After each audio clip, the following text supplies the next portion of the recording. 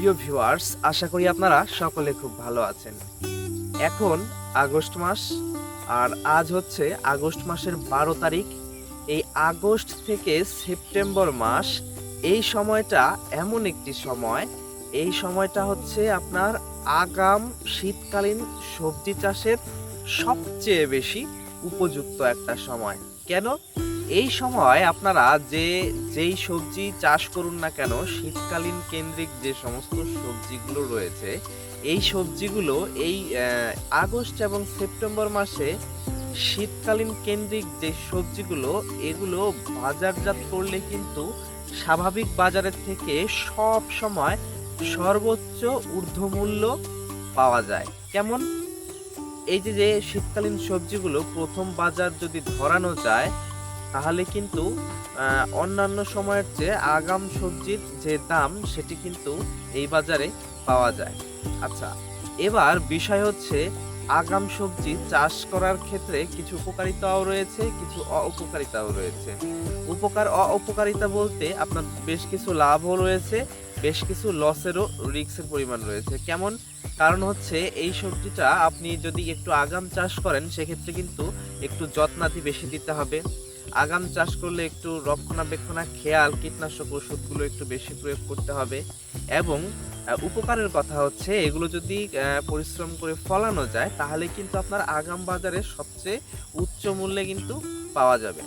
আচ্ছা বন্ধুরা, আজকে আপনাদের সাথে যে মূল বিষয়টি নিয়ে কথা বলবো, সেটি হচ্ছে আপনার বাজারে কোন সবজিগুলো আগাম আপনারা চাষ করলে ভালো প্রফিট বা ভালো লাভবান হতে পারবেন। মানে আগাম আপনারা এই আগস্ট থেকে, আজকে আগস্টের ১২ তারিখ, এরপর থেকে আপনারা সেপ্টেম্বর মাস পর্যন্ত কোন কোন সবজিগুলো চাষ করলে আপনারা ভালো প্রফিট করতে পারবেন। তো বন্ধুরা, প্রথমেই যেটির কথা বলবো, সেটি হচ্ছে টমেটো। হ্যাঁ বন্ধুরা, আগাম বাজারে এই টমেটো কিন্তু ব্যাপক পরিমাণ চাহিদা থাকে। যদিও টমেটো গাছটাকে একটু যত্নাদি করতে হয়, কিন্তু যদি যে কোনো ক্রমে ফার্স্ট বাজার, মানে প্রথম বাজারে যদি ধরা যায়, এখন টমেটোর চারা বা টমেটোর বীজ রোপণ, বীজতলা তৈরি করে এই চারাগুলো যখন আপনি বপন করবেন, তখন কিন্তু আপনার আগর বাজার যেটাকে বলা হয়, প্রথম বাজার কিন্তু ধরতে পারবে। ঠিক সেম একইভাবে আরেকটি সবজি হচ্ছে আপনার কপি, ফুলকপি। এখন পাতা কপিটা খুব বেশি যে ভালো হবে তা না, ফুলকপিটাতে বেশি গুরুত্ব দেওয়াটা স্বাভাবিকের থেকে বেশি দরকার। কেননা ফুলকপিটার মধ্যে খুব সহজেই আপনার ভালো উচ্চ মূল্য পাওয়া যায় বাজারে। তো বন্ধুরা, আপনারা এই সময়টা ফুলকপি যে রয়েছে, ফুলকপিটাও কিন্তু মোটামুটি চাষ করতে পারেন। অনেকে চাইলে বাঁধাকপি বা পাতাকপি যেটাকে বলা হয়, সেটিও কিন্তু চাষ করতে পারেন, তাতে কোনো সমস্যা নেই। কিন্তু ফুলকপির প্রতি আমাদের যে কৃষক রয়েছে, তাদের যে আগ্রহ, সেই আগ্রহটা একটু বেশি।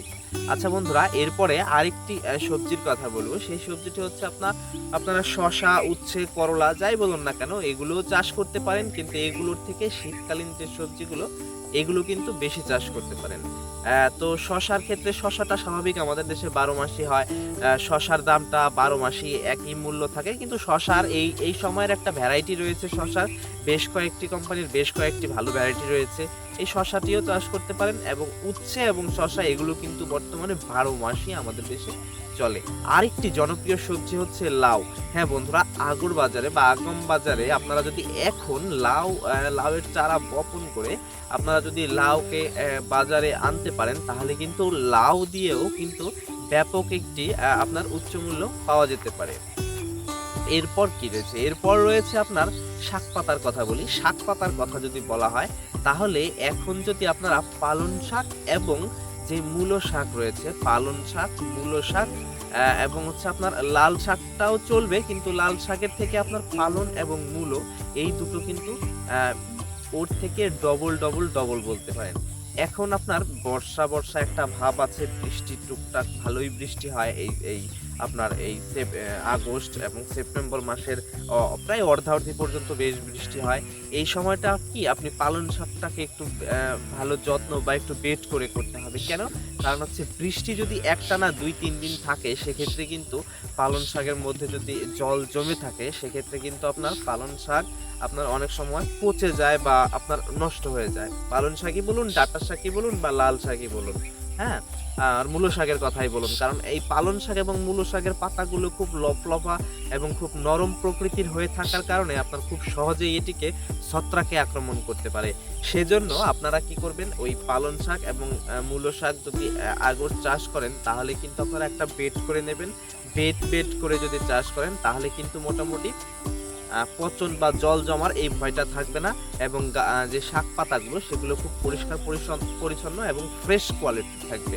তো এই ২ টি সবজিতেও কিন্তু আপনারা মোটামুটি ফাস্ট বাজারে যদি নিতে পারেন তাহলে কিন্তু উচ্চ মূল্য পাবেন। এরপর আরেকটি জনপ্রিয় সবজি হচ্ছে আপনার ধনেপাতা। হ্যাঁ বন্ধুরা, হাইব্রিড যে মরক্কো ধনেপাতা রয়েছে, এই মরক্কো ধনেপাতা, এই ধনেপাতা যদি আপনারা অরিজিনাল যে মরক্কো বীজটি রয়েছে, ইতালির যে মরক্কো বীজ, এই বীজটি যদি আপনারা ঠিক ওই পালং শাক মূলো শাকের মতোই বেড করে যদি করতে পারেন তাহলে কিন্তু প্রতি কেজি আপনার ধনিয়া সেটি কিন্তু আপনার কম করে হলেও আপনার ১০০, আমি ১০০ কথাই বলছি, সর্বনিম্ন বাজার মূল্য বাংলাদেশে ১০০ এবং সর্বোচ্চ কিন্তু আপনার ১৮০ থেকে ২০০ টাকা পর্যন্ত কেজি হতে পারে। আর আপনারা যদি আপনার ২.৫% যে কাঠা রয়েছে, ২.৫%-এর ১ কাঠা ধনেপাতা যদি চাষ করা হয় তাহলে যদি গাছগুলো ভালো হয় তাহলে কম করে হলেও ৩.৫ থেকে ৫ মণ ৪.৫ মণ পর্যন্ত পাতা কিন্তু সংগ্রহ করা যায় ১ কাঠা জমি থেকে। এর বেশিও অনেকে বলেছে, আবার যত্নের কারণে অনেক সময় কারো ২-১টা গাছ মারাও যায়, সেক্ষেত্রে অনেক সময় কম বেশি হতে পারে। কিন্তু আপনি যাই আপনি বাজারে নেন না কেন সেটি কিন্তু আপনি প্রত্যেকটা ফসলের মধ্যেই উচ্চ মূল্য পাবেন। এবং আরেকটি জনপ্রিয় সবজি হচ্ছে গাজর। গাজর কিন্তু আমাদের দেশের মানুষগুলো আগে খাওয়াটা তেমন জানতো না, কিন্তু বর্তমানে পুষ্টিগুণে ভরপুর এই গাজরকে কিন্তু মোটামুটি ১২ মাস এবং অনেকেই কিন্তু খাওয়া শিখে গেছে এবং এর শীতকালীন আগাম বাজারে কিন্তু এই গাজরের চাহিদা ব্যাপক। তবে হ্যাঁ বন্ধুরা, গাজর চাষের জন্য একটু বালিয়া পান্তা যাকে বলা হয়, একটু বেলে দোআঁশ মাটি, এই সমস্ত মাটিতে কিন্তু আপনার গাজর বা মূলো এগুলো কিন্তু ভালো হয়। হ্যাঁ, তো আপনারা চাইলে গাজরটিও আগাম চাষ করতে পারেন। তবে যাই চাষ করেন না কেন এই সময়টাতে বেড করে অবশ্যই চাষ করবেন। তাতে যাদের উঁচু জমি তাদের কোনো সমস্যা নেই। যাদের মাঝলা বা একটু নিচু টাইপের জমি আছে, আসলে সবজি করার জন্য একটু উঁচু টাইপের জমি দরকার। তারপরও যদি কেউ নিচু বা মাঝলা নিচু জমিতে আপনারা সবজিগুলো চাষ করতে চান সেক্ষেত্রে কি করতে হবে? সেক্ষেত্রে কিন্তু আপনারা বেড করে নিলে ভালো হবে। তো বন্ধুরা, এই সবজিগুলো হচ্ছে আপনার জনপ্রিয় আগাম বাজারের একটি সবজি। আপনারা চাইলে এই সবজিগুলোর যেকোনো একটিকে টার্গেট করে কিন্তু মোটামুটি করতে পারেন।